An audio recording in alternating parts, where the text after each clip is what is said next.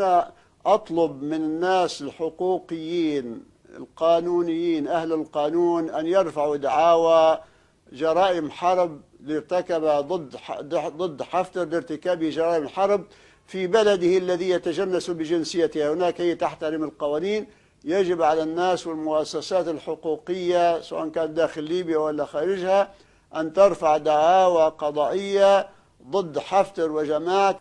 العلماء قالوا هذا لا يحل شرعا، لأنه لا يحل لمسلم أن يتحاكم في أمر قضائي يفصل في النزاع إلى غير المسلم، وهذا يعدونه ردة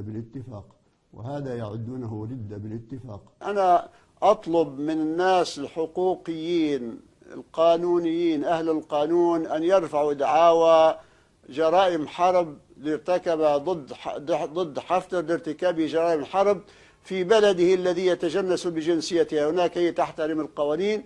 يجب على الناس والمؤسسات الحقوقية سواء كان داخل ليبيا ولا خارجها أن ترفع دعاوى قضائية ضد حفتر وجماعة. وهذا يعدونه ردة بالاتفاق.